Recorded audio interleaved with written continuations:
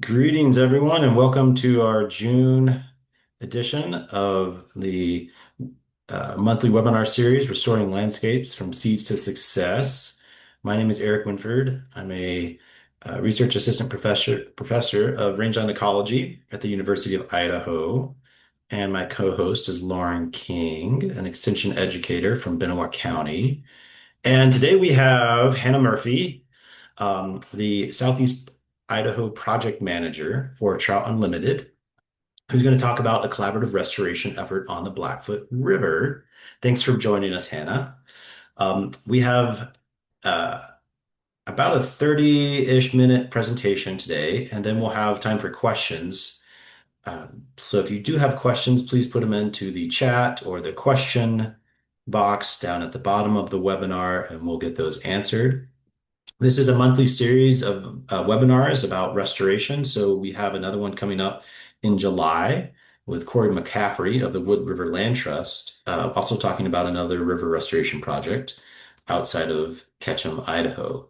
So come back next month for that one if you're interested. We are recording this webinar and we'll share that recording once the webinar is done. We'll have a YouTube channel, and you can also see our past recordings on that channel as well. I'll put that one in the chat here in a second. So thank you very much for joining us today, and I'll hand it over to Hannah. Thanks, Hannah.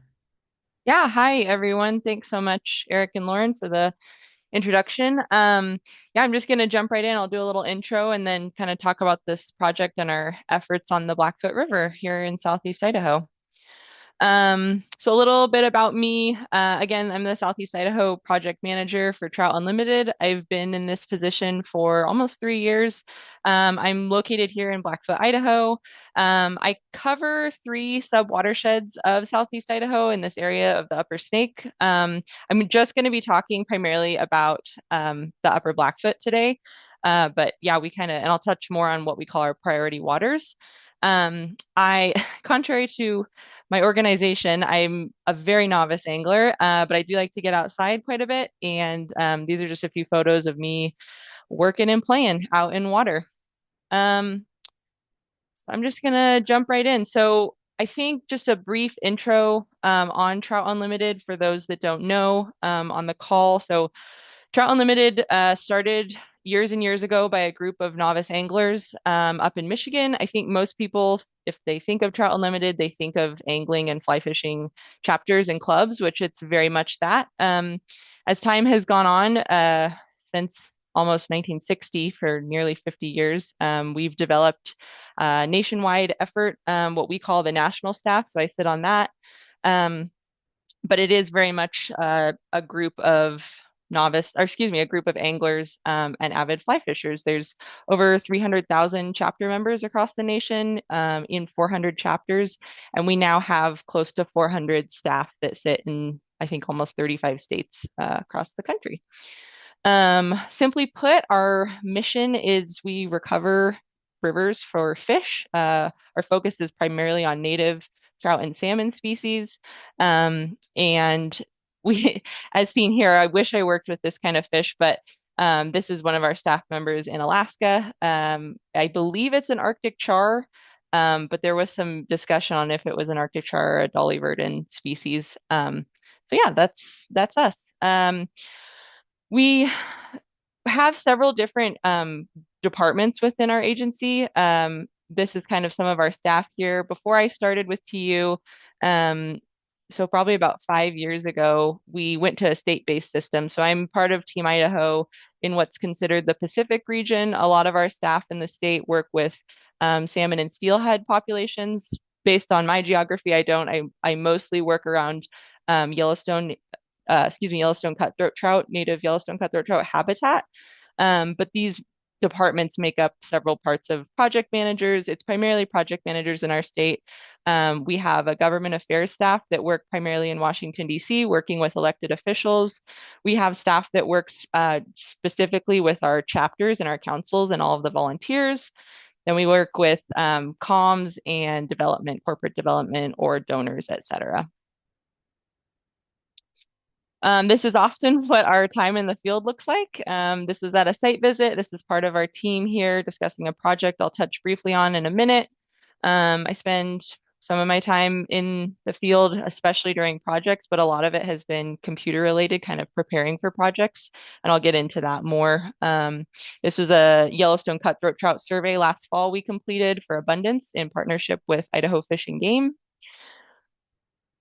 Wanted to talk briefly. Yeah, so I mentioned the priority waters, and just touch on that. Priority waters, was a campaign that started in TU, almost 10 years ago, and it's really focused around identifying rivers and streams where we can have the greatest impact. The Southeast Idaho region where I work, located here and highlighted in yellow, I emphasize my work is emphasized in three different drainages, all upper snake drainages. So we have the Willow Creek drainage, which is everything east of Idaho Falls above the Ryrie Reservoir or Ryrie Dam. I do a lot of work in the Portneuf River as well, which flows kind of through the town of Pocatello, city of Pocatello.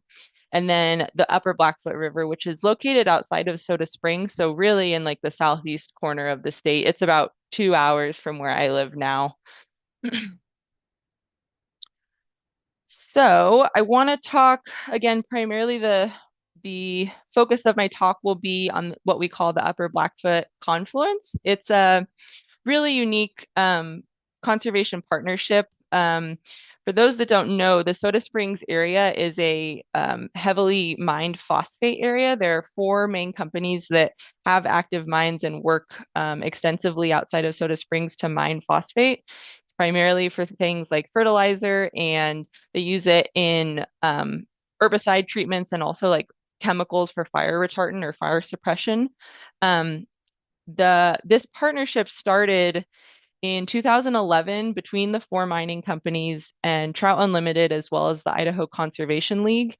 Um, it's really, it's been so far an effective model. We actually just had this last week a kind of 14-year strategic planning meeting and an outlook on like how we've done the last 14 years. And kind of looking ahead to the future. But the mining companies fund stream restoration projects in and around the Upper Blackfoot and the tributaries of the Upper Blackfoot River, um, just because they want to, which is not every day you have these big mining companies willing to do that. This is not something they fund because they're required to.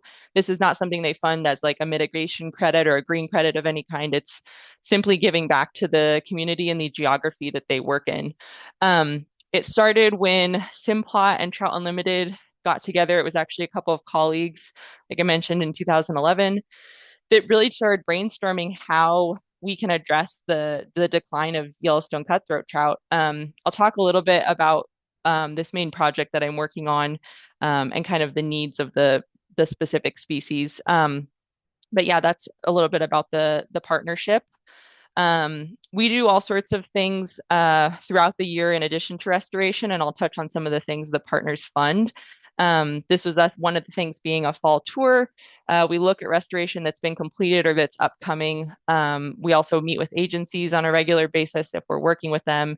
And sometimes the agencies will actually bring the proposals as well, um, namely being Forest Service, BLM, and Idaho Fish and Game. Wanted to touch briefly on a couple things they fund outside of the restoration, like I mentioned.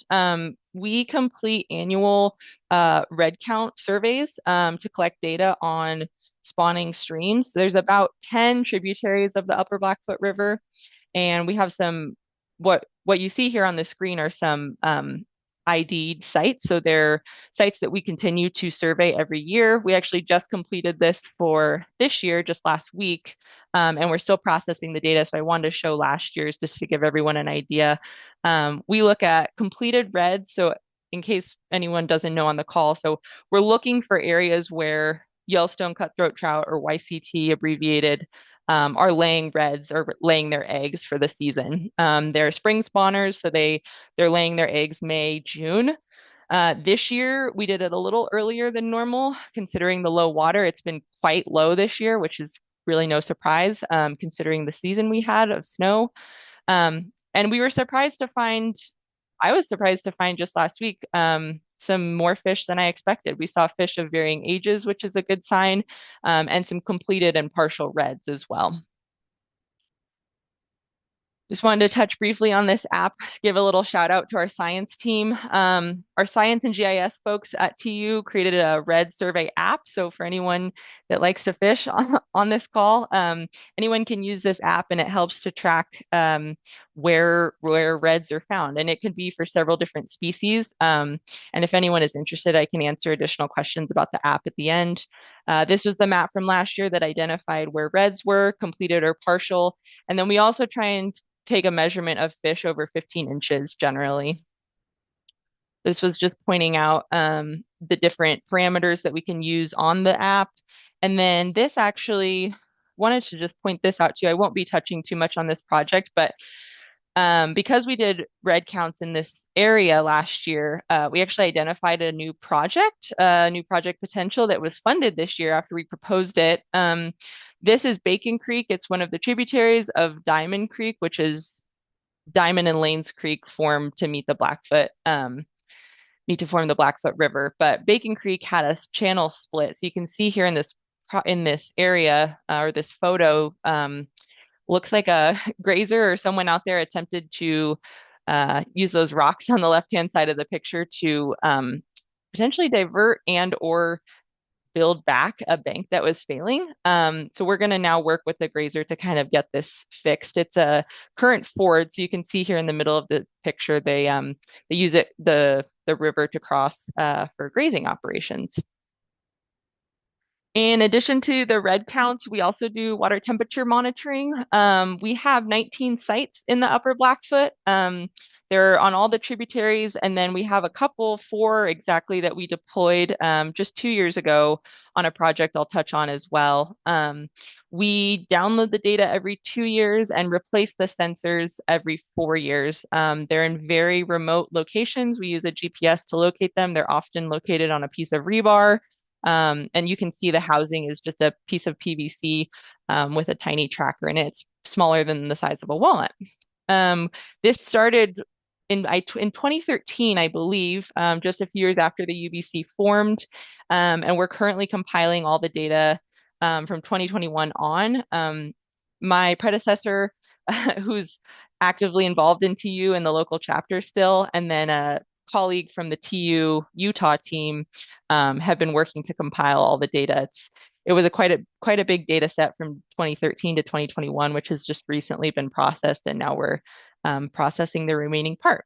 As the note mentions, we did a deployment last year in the fall, and again, it's done every 2 or 4 years for replacement.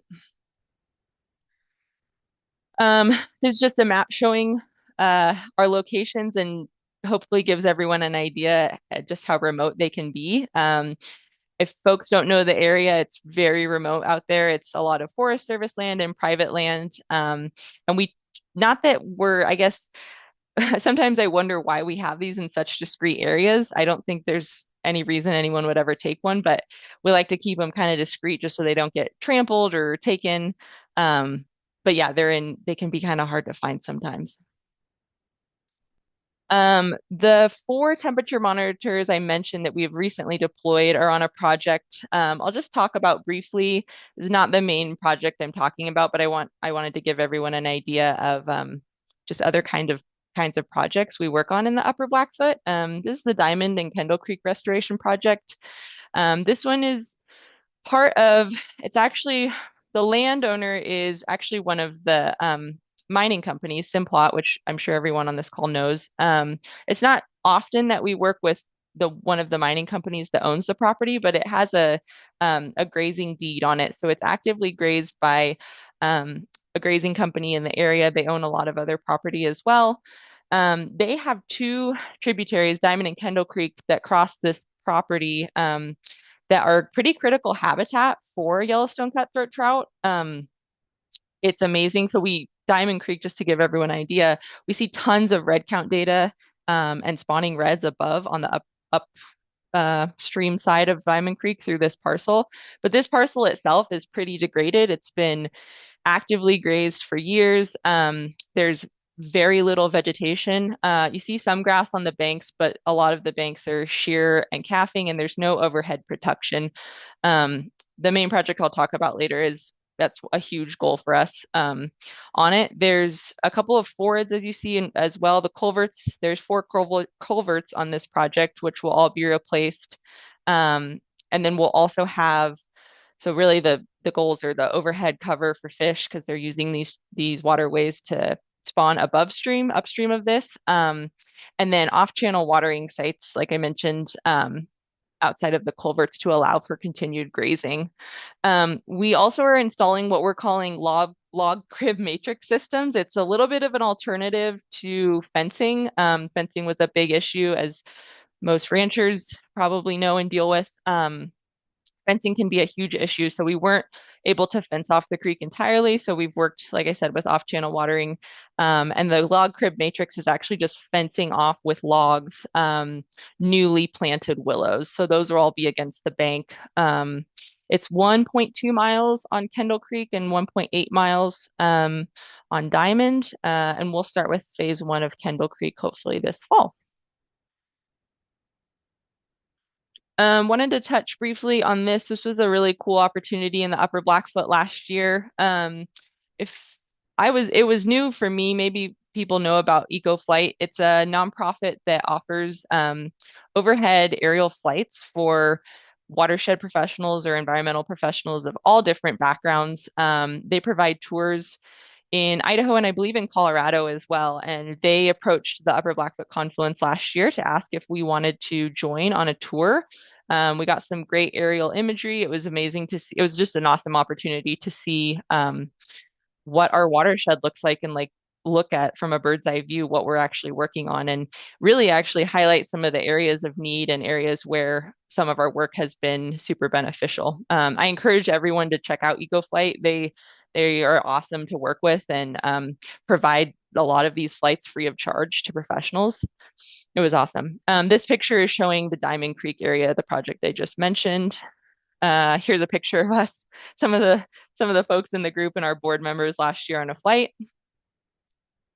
And then the rest of the time, I'm going to really dive in and hopefully address some of the bigger questions on this big restoration project we're kind of embarking on. We have been embarking on actually for almost 2 years now, and this year we're going to go into construction. This is our Blackfoot River Avian Mitigation and Habitat Enhancement Project. Just a few things I'm going to cover. I'm going to give just a brief history and kind of how we got here. The initial concepts from mining companies and Fish and Game and how we got to designs from that. We talk about the current project status, where we're at. Um, Eric had mentioned that some folks on the call wanted to know about planting plans and just how we come up with those and address kind of those design elements. So I hopefully will answer your questions on that. I wanted to talk about funding opportunities because we can't do this work without funding, and then just additional keys to success and progress. Um, so this is a picture, as the project title indicates. We have in Idaho and specifically on the Blackfoot Reservoir, a huge population of great white American pelicans. They are a protected species in the state of Idaho, and actually, I believe under the Fish and Wildlife Service as well. And managing for them is a lot, and Fish and Game does an awesome job at doing it, and it's quite a balance to be able to manage both these birds and Yellowstone cutthroat trout. This image is from the 90s, just directly above the Blackfoot Reservoir where our project is located. Pelicans were eating a lot of Yellowstone cutthroat trout. There was a decline in the fishery from partly from pelicans, but also from over angling and over harvesting of pelicans. So that kind of one of our main goals here is addressing avian predation for the fish as well. Fish and Game's fisheries management objective is to recover native Yellowstone cutthroat trout, including the adfluvial component. I just wanted to mention that. So they're rearing in the reservoir and then going up into these tributaries to spawn. I think I mentioned the overharvest, and then just looking at my notes here, making sure I'm addressing everything. The fisheries management planned after the overharvest kind of started from that. There was a restriction on the harvest because pelicans and also because of the overharvest. And then um, we've kind of so Fish and Game and TU and others have kind of figured out how to find this balance. We like I mentioned, the project is directly above the reservoir, so there's active hazing pelican plans in partnership with Fish and Wildlife Service, but really the goal of this project is to address some of that habitat and deter pelicans off this area because they're all the fish are making their way out of the reservoir up through this main channel. This photo kind of is what they call the gauntlet, and it's a real area of concern. This is kind of just to give everyone an idea of where we're at and an overview of the project area. The image on the left shows the two different project areas. This is all considered one project, but we are doing it in two different phases, largely for funding reasons, and I'll talk about those in a minute. And then the phase one section is highlighted here in red, and again, it's directly above the reservoir. It's off Highway 34 in Southeast Idaho, if anyone's just to kind of orient themselves. Like I mentioned, the project's in two different phases. We will be addressing the first phase this year, this fall, just coming up in September. And that's actually the lower reach on the right-hand side of your screen, just to give everyone an idea. It's about a mile of river, and it's the road. So again, just giving everyone an explanation. Blackfoot River Road, for those that are familiar, actually splits the two parcels here. It's a mile on the downstream side and just over a mile on the upstream side. So talking about just our process and the work that I've done and other partnership agencies have done to kind of get to where we are. Um, So Ida Foss is one of the mining companies in this group. They own the upstream section, and they actually just before this project started acquired the downstream section as well. It was purchased in avoidance for development. They have an active mine not too far, as all of the companies do. Yeah, almost 2 years ago, they approached the Upper Blackfoot group and Trout Unlimited specifically to prompt a project for Yellowstone cutthroat trout recovery. We started with a 30% conceptual design that was done by Ida Foss outside of the group, just to kind of see where we are. They did a ton of LIDAR and bathymetric surveys to figure out water levels and flow and address a lot of the overhead cover and see like, okay, where are we at with overhead cover? How much is there? Is it totally absent? What are the features of the river? So I'll talk a little bit about kind of the banks primarily, but then also just features, creating more features within the stream. It's quite sinuous on the upper reach, but not very much on the lower reach. And there's also some conveniently placed rocks for the pelicans to kind of sit and just eat fish. So we'll be addressing some of those in the designs as well. Um, Wanted to touch briefly on permitting. We had a lot of permitting on this project, so sorry to back up. We at 30%, Trout Unlimited and Ida Foss kind of proposed to the UBC group to kind of now that we had 30% design, like how far are we going to take this within the UBC before we need to ask for additional funding? In 2025, the UBC agreed to fund completion of the designs. That was a big proposal for last year that I kind of presented to the group. And we got all the way through design to 100% and just finished that earlier this year. We had in tandem with that, sorry, I'm trying to think of all my timeline here. In tandem with completing 100% designs, we applied for funding out of what's called the Wildlife Mitigation Fund. There's a team of agency individuals called the Habitat Improvement Team. They come from all different agencies and backgrounds. They fund stream restoration projects actually in proximity to one of the mines in this group. It's owned by Ida Foss, and we applied for funding for phase one construction. We were awarded that funding last fall.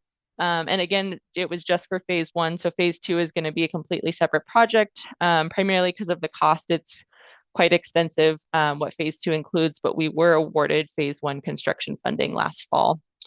Um, at the same time, we solicited solicited engineers and contractors for the project to complete phase one.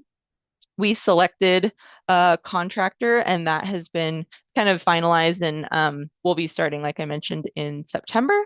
Wanted to share that most waterways, well, in Idaho and other states too, have what's called in-stream work windows to avoid activity for native fish. So spawning and rearing activities, depending on if they're in the spring, summer, or fall. Um, Agencies encourage, it's Fish and Game that usually has the regulation, encourage avoidance of different areas. So in Southeast Idaho, a lot of the waterways are actually starting construction after September 15th. It's not often that it's that late in the year, but that's kind of when our construction window opens. And we plan to go to construction just about as soon as September 15th comes. Um, Another element of this project that's pretty fun to talk about, and something that was totally new to me a year ago. Um, we have a native mussel under the bridge, so the bridge that separates the two parcels. There is a group of Western pearl shell mussels, which is a native species. So we have a big effort pre-construction, so happening in August, to actually move all of these mussels about 10 miles upstream to a Fish and Game WMA. It's on the Blackfoot River, and it's going to be a big, awesome effort. I say awesome because I'm really excited, and just like I said a year ago, didn't even know this mussel existed. But yeah, they're super sensitive to sediment, and as you can imagine, we're going to stir up a lot of sediment on this project. So we have an effort with Fish and Game, and then we're going to have a lot of volunteers, likely with master naturalists, to move these mussels. And it consists of digging digging up the mussels in the summer, later summer months and warmer months. They actually come more to the surface, so they're easier to move. And they go in buckets with aerators, and we move them, kind of truck them upstream. The WMA that's located upstream is pretty convenient. We would have probably moved them to a private landowner if they were willing, but the convenience of this WMA is going to make it a lot easier. As I understand it, they move slowly down, but it can take years. They're pretty slow to move. So yeah, that's kind of an effort we're planning and working on currently. Um, It'll be about a week long effort in August, mid-August, before construction. We also have a big fish salvage effort. So as we get into some of the design discussion, I can share kind of on the design where we'll be doing um, a movement of, well, we're going to be essentially dewatering, and we'll have to salvage any fish that are caught in potential pools. We'll be moving them upstream as well, and I'm kind of working out the details still with Fish and Game and our contractor on that. Wanted to show just kind of a um, image of what our current status is out there as far as what the banks look like. I don't have a ton of photos, honestly, of the lower reach currently. This is what a lot of the banks look like. There is very low stability. A lot of them are sheer and calving right off into the bank, hence a lot of our sediment issue. We do have some willows, not a ton though, and not a lot of them are adjacent to the banks. So we're actually going to be taking, on phase one, we're going to be taking some of the clumps of willows from the upper reach and moving them downstream. And I'll talk a little bit about the design, but I just wanted to give everyone a visualization of kind of the current image out there. I hope everyone can see this clearly enough. This is just our rendered drawing of the phase one lower reach of construction. Um, we have several different treatments and implementation treatments we're using. There's about 6 different types of log structures to add to the banks. The reasons we're adding those would be to one, stability of the banks, and then also like dissipate energy in a lot of areas. The green, just in case everyone doesn't know, the green area is our fill. We have a red cut, and that's actually our bypass channel. So during construction, that large section of river that we're going to work on has to be dewatered, which is when we'll do our fish salvage effort. We can't really salvage the fish until we start to dewater, so it's kind of a process that works both with the contractor and Fish and Game, and I'm helping currently to coordinate that as we get there. So it'll be right around when it starts, probably first couple weeks of September. Um, like I mentioned, we have, yeah, 6 different treatments of different logs. So logs will have either root wads on them or not. We'll do different formations, and I added a few photos just to give everyone an idea. That big, I just want to call out that big gray hatched area in the middle there is actually an area of avoidance. So, as part of our permitting on this project, and seems to be more normal in projects nowadays, from my experience anyway, cultural resources surveys are required on more projects. There's some, I think sometimes maybe someone in this group knows, but sometimes private landowner or private funding, it's not always required. But we completed one in conjunction with our stream alteration permit. And there actually was, after we had our archaeologists work out there and provide a report to SHPO, there was an area of avoidance. It wasn't any big major artifacts like I was hoping to find, a dinosaur bone or something cool. It wasn't that, but it is an area to avoid during construction. So this is a call out to just note, well, we had to move the bypass channel too, just to share that. I was actually originally going right through that, but that is an area that we will avoid during construction. The other gray hatched out areas darker to upstream of that. We have some large obsidian rock out there too. So those will be kind of areas that we won't be able to work. So you notice there aren't many treatments. You can see those tiny brown hatch sections. Those are usually like a single log call out. And again, that's really to dissipate energy and stabilize the banks there currently. This is just a zoom in of that same photo. So you see the do not disturb area. You see our bypass channel, that red line at the bottom. And then I wanted to give everyone an idea, just kind of the complexity of some of the structures. Some of the structures have multiple logs. They have multiple log types going to them. You can see those brown kind of hatch sections are big trees. Um, Something else unique on this, maybe I address it in the funding section, but a lot of the material from this project is actually coming from one of the Ida mines, which is huge on a project, as probably people know. Material can get really expensive really fast. So to be able to have that source really close is a huge cost savings to us on this project. There's hundreds and hundreds of trees going into these banks. We also have slash and racking, and I'll talk about those a little bit on the next slide, probably or two. Yeah, so this is just one of the diagrams of one of the 6 types of log structures. You can see the type 3 log called out, which has a root wad. It also has the limbs on the trees. So some structures will have no limbs. And if it's no limbs, we'll actually use that material for slash at another site.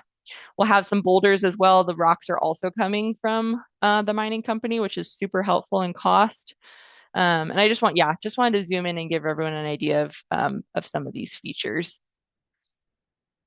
This is another feature. So this is kind of on an outside bend in the river, and this is those willow clumpings I talked about. And we'll actually be pulling a lot of those from upstream and then upstream on site too, but then also at a nearby ranch. So that Diamond and Kendall Creek project I mentioned, they have a lot of willow material they're looking to get rid of. Again, conveniently located for us to be able to just haul right off site onto this project.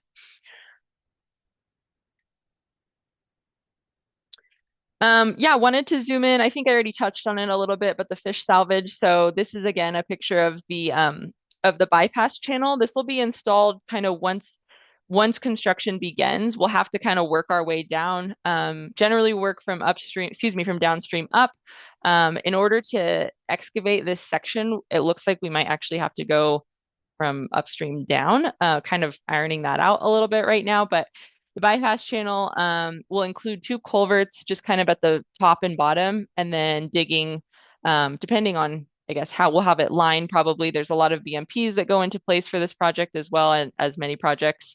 It'll be lined, and then the 2 culverts on either side of the bypass channel will divert the water. And in a normal year, in a normal snow year, we'd have probably a lot of water passing through that, but this year thus far it's been quite low. Um, I just a couple weeks ago when I was out there, it was like at 22 CFS, which is extremely low for the Blackfoot River. Um, Hoping to see some high events once everything's in place, but I mean, considering the summer we've had two so far, I don't anticipate that. Um, just a note on construction timing too. Generally, so I mentioned that September 15th date. It goes all the way through to April 15th of the next year. So considering the snow year we had, just one of those project manager things, you can't predict the weather. I could have easily constructed probably in the spring this year, but that's not the way it went, and we're figuring out the contractor. So it's just been a little slow, and we'll get it started in September.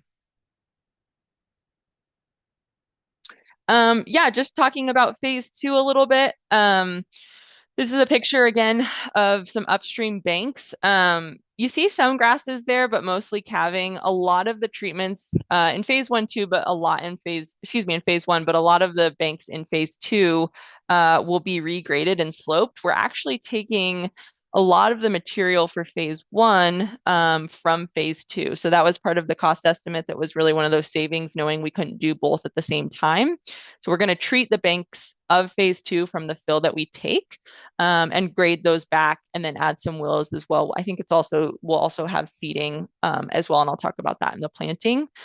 Um, I mentioned the in-stream cover. Yeah, so as fish swim up, basically the idea is that the willows are going to cover quite a bit of the channel. It also makes it difficult for pelicans to get in and out of those areas. I mentioned the rocks down on phase one. There are some on phase two that are in shallow areas, so deepening the pools in those areas and regrading banks and just providing more of a kind of sinuous feature, riffle pool features as we go down.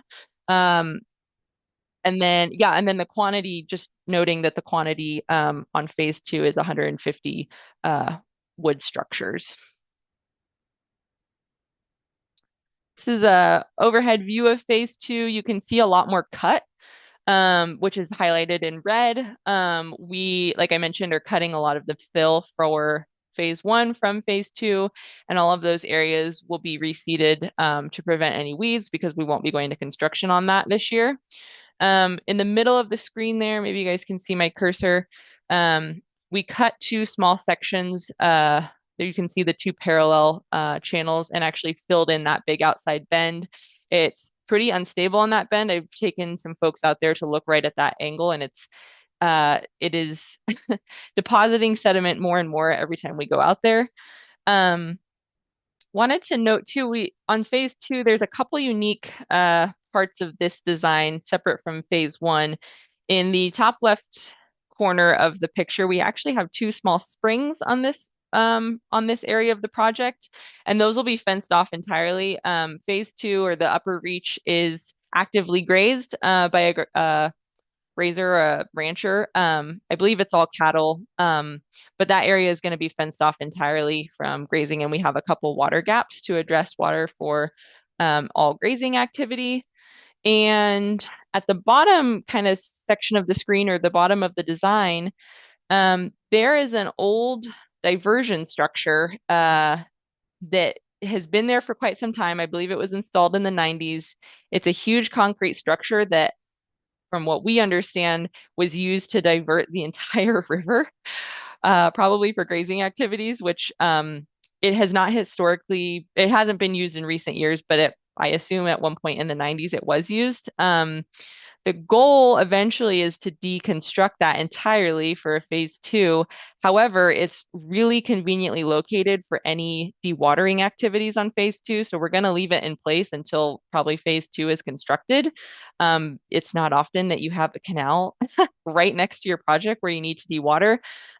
It would benefit in not having to use any cofferdam or bypass channel for construction. But the goal would eventually be to deconstruct it altogether.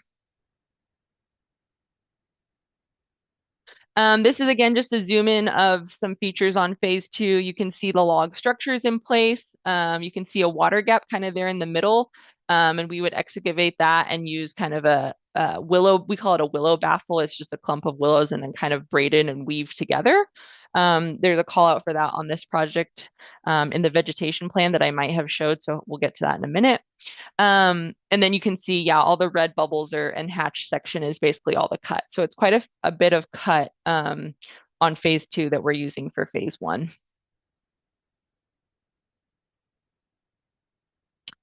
Yeah, wanted to get into the planting plan a little bit. Like I mentioned, Eric said, folks on this call might have a few questions about that. I'm not a vegetation expert by any means. I've done a lot of invasive weed treatments, not on this project, but in other, actually in Idaho and Utah a little bit as well.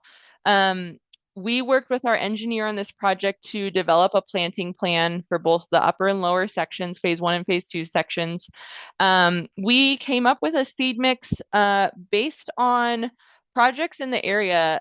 So largely the WMA upstream I mentioned. They had a multi-year stream restoration project 5+ years ago in three different phases, was also funded partially by the UBC. So they had some suggestions on seed mixes from the WMA manager there. We have both a wetland seed mix, riparian seed mix, and then an upland seed mix as well. So the wetland is indicated in the purple section, which hopefully you guys can see it's pretty minimal on those outside pinkish bends. The riparian seeding is all of the green highlighted area, and the reason you see the lines is to cover any paths that construction equipment might be taking. So as part of our requirement and in partnership with the grazing company as well, or the great active lessees out there, we will be reseeding anything that the equipment might disturb. That's pretty standard on stream restoration projects. We also have agricultural staking, so the land adjacent on um, the phase one section is currently, I believe it's growing alfalfa, but we'll have a kind of a border it almost makes to not disturb. We'll have like a machine for the track, but anything we disturb obviously will be reseeded. I just wanted to zoom in on some of the species, just a bigger picture of it. Hopefully, it's not too blurry for you guys. We've worked, so in developing this planting plan, I feel pretty fortunate. We work in town here with a company called Grim Growers. They're amazing, and I would be happy to give them a shout out or recommendation. They're super easy to work with and really seem to know like all native riparian vegetation. We also work quite a bit with North Fork native plants. I don't think they're sourcing any of the material on this project, but they're north of Idaho Falls and grow a lot of riparian plants for big stream restoration projects. They're awesome to work with. We had to tweak a little bit of the species simply because of availability. Our contractor for this project is actually sourcing some of his seed from Granite Seed, which is in Utah. They're a great company to work with as well.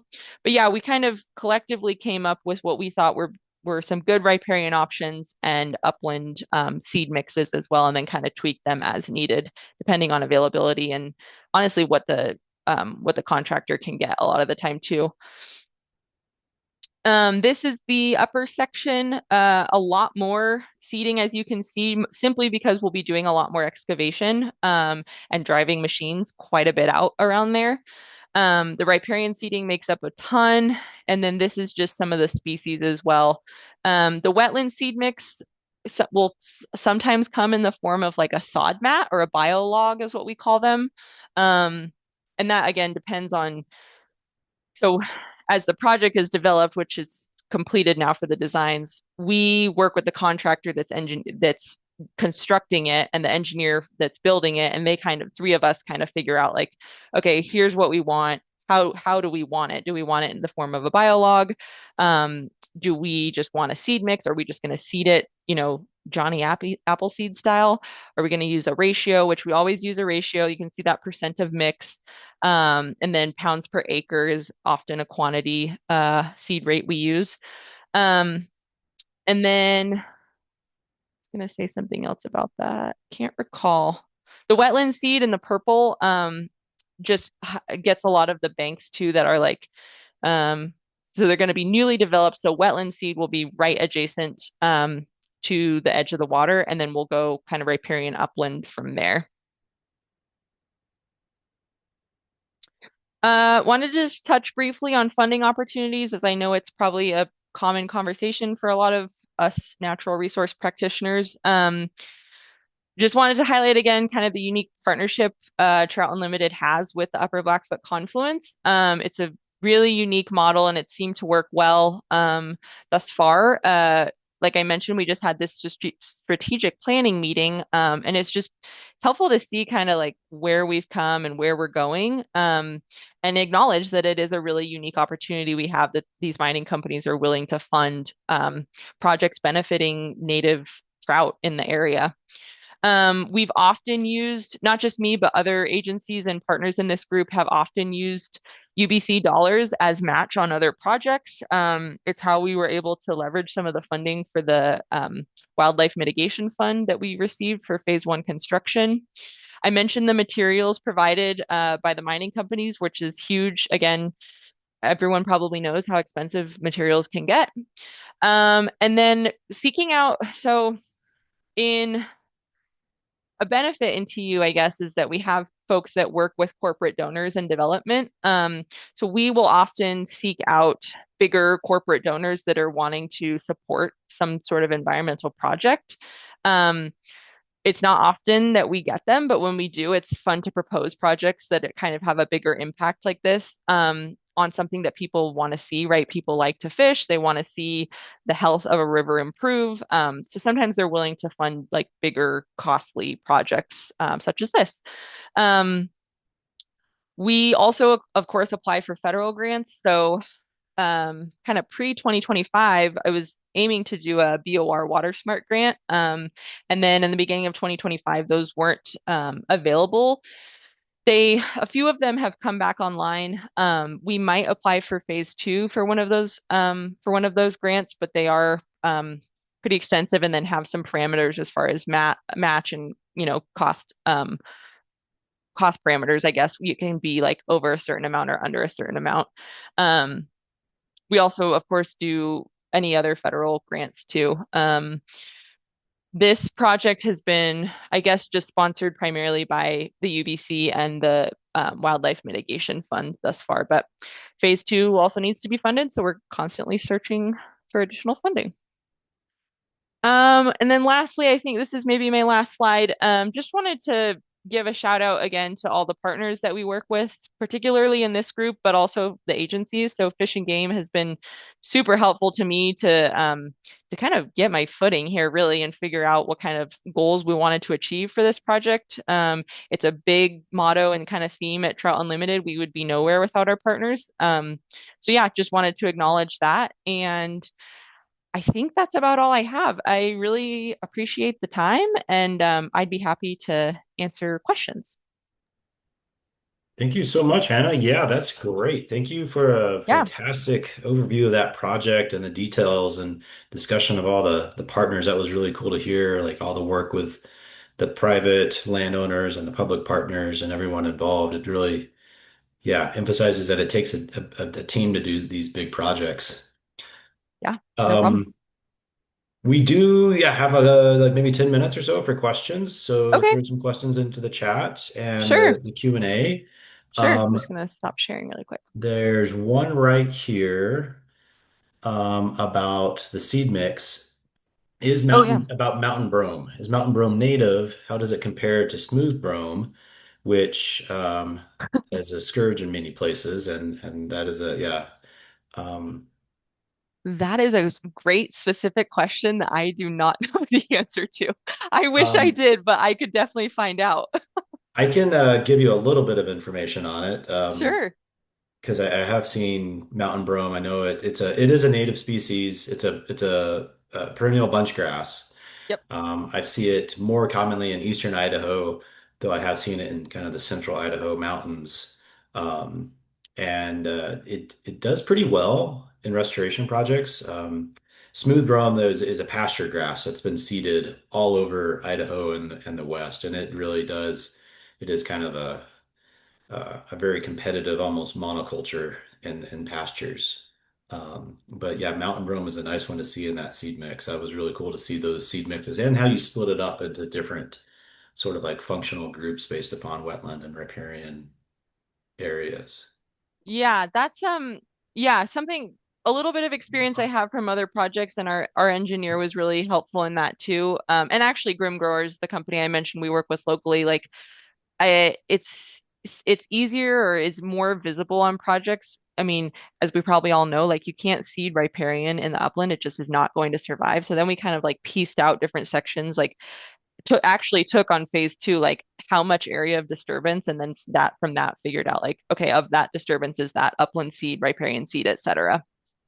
Is that how you based it on, or are you looking at like proximity to stream or depth to groundwater to choose We between wetland and riparian? So they took the engineers took so like if man, I sorry, I should have gone back to that picture.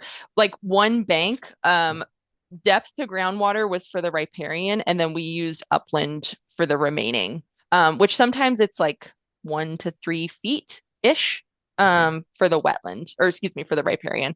The wetland is quite small. The total amount of wetland seed we're using is not a significant amount. It's primarily riparian and upland. riparian Yeah. area. Yeah. Okay.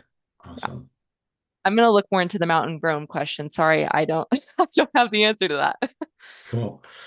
Um, Another question is there evidence of beaver activity? And I guess, yeah, are beavers going to be a component of this project? Great question.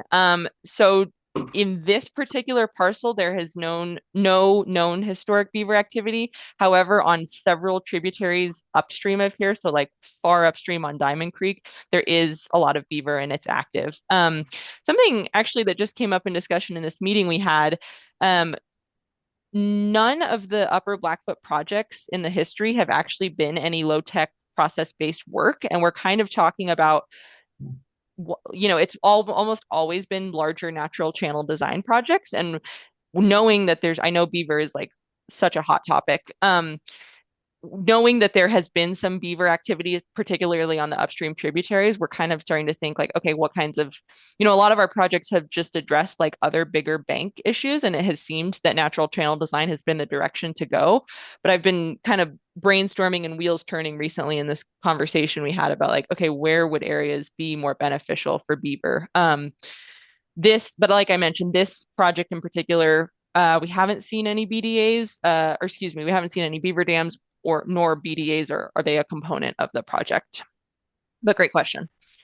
Yeah, I could imagine beavers might be problematic for your project, especially until you get your willows established. Yep. Yes, yeah, very much so.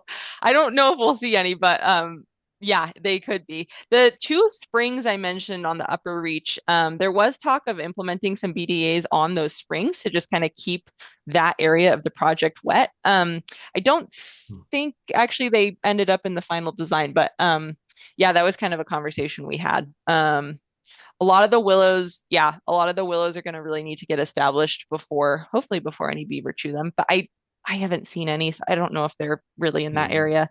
This is also pretty close to the highway too, so yeah, I don't know if definitely upstream, but none that I've seen on this lower Okay. project reach. Are you Yeah, good using They'll question. show willow up when you don't stakes? want them to. Oh, So, sorry. I'll say they'll show up when you don't want them to. Right, right. We're using willow stakes, live plantings, and clumps. Yeah, and all clumps. varieties. Yep. Okay.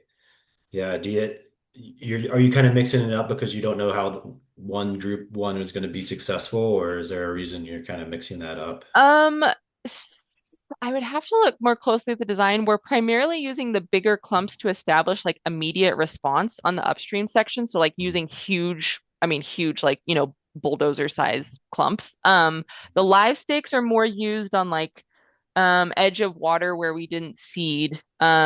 And I guess, yeah, maybe honestly the design engineer, like he's pretty creative. Maybe we're just using a variety as well to keep things, see what's successful and what's not.